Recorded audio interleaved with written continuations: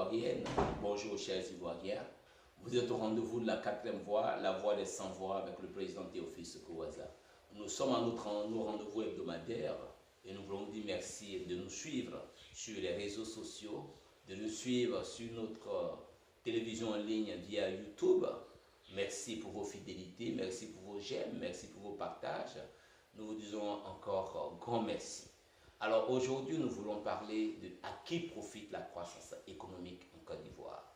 Alors ils nous ont annoncé que depuis 2012-2013 jusqu'au jour d'aujourd'hui, la Côte d'Ivoire connaît une croissance économique. On s'est tenté tout de suite de dire félicitations au gouvernement, nous leur disons félicitations. Parce que quoi qu'on dise, nous avons une croissance économique. Alors mais quand nous analysons de près cette croissance économique, elle repose sur deux piliers. Le premier pilier, c'est le secteur agricole. Et le deuxième pilier, ce sont les investissements. Alors, comme nous analysons très bien ces deux piliers, le secteur agricole est constitué de tous nos parents paysans, les planteurs de cacao, café, anacarde, EVA et autres. Mais regardons de près le niveau de vie de ces populations, ceux qui sont à la base de la production agricole. Ils font partie des plus pauvres de la Côte d'Ivoire. Ils font partie de ceux qui n'ont aucune sécurité sociale. Ils font partie de ceux qui n'ont pas de retraite. Regardons le deuxième pilier sur l'investissement. Les investissements en Côte d'Ivoire reposent sur près de 10 000 milliards de prêts que la Côte d'Ivoire a dû prendre auprès des organisations internationales. Donc nous faisons une croissance à crédit, si on peut le dire en griffe. Donc quand nous descendons plus bas, lorsqu'il y a une croissance économique dans un pays, on doit pouvoir ressentir les retombées de cette croissance économique. Mais lorsque nous regardons le taux de chômage ou encore le taux de non-emploi en Côte d'Ivoire, ce taux-là avoisine facilement les 50%. 50% des jeunes en Côte d'Ivoire sont sans emploi, 50% des jeunes en Côte d'Ivoire sont dans le chômage. Regardons le coût de l'électricité. Pendant que la Côte d'Ivoire s'est offert un autre barrage à Soubré, le coût de l'électricité a grimpé.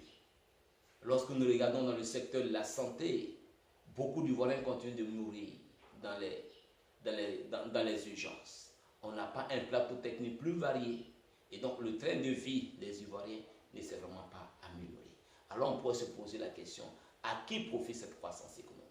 Quand nous regardons de près, la croissance économique profite premièrement aux multinationales, aux grands supermarchés qui fleurissent à gauche et à droite, au détriment de nos marchés ordinaires. Quand nous regardons à qui profite cette croissance économique, la croissance économique profite plus à l'étranger.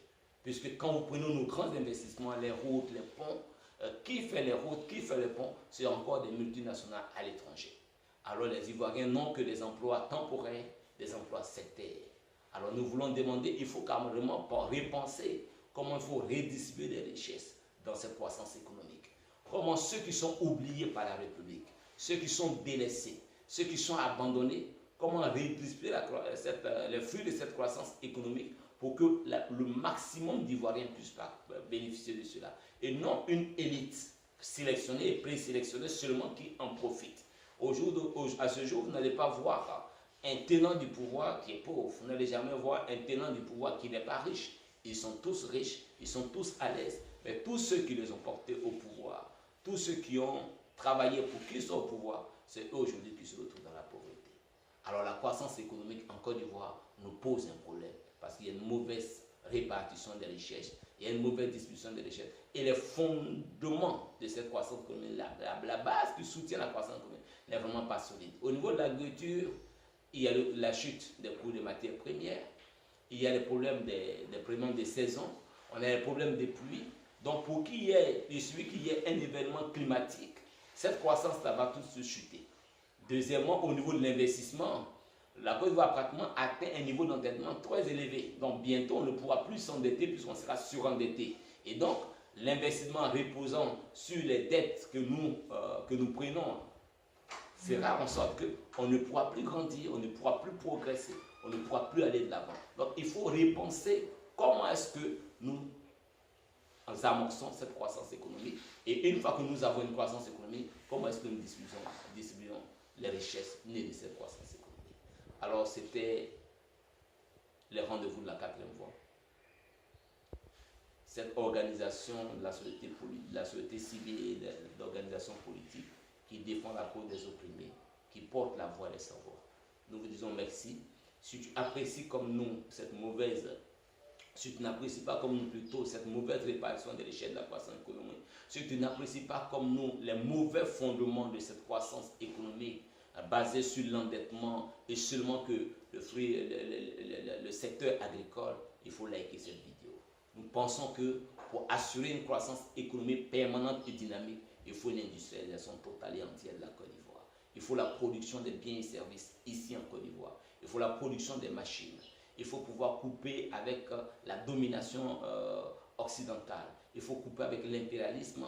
Il faut avoir une autonomie de la gestion de sa monnaie. Il y a beaucoup d'actions et beaucoup de leviers que nous pouvons activer pour avoir une croissance économique durable et permanente et pour avoir une meilleure répartition de richesses. Nous t'invitons à liker la vidéo, à la partager massivement.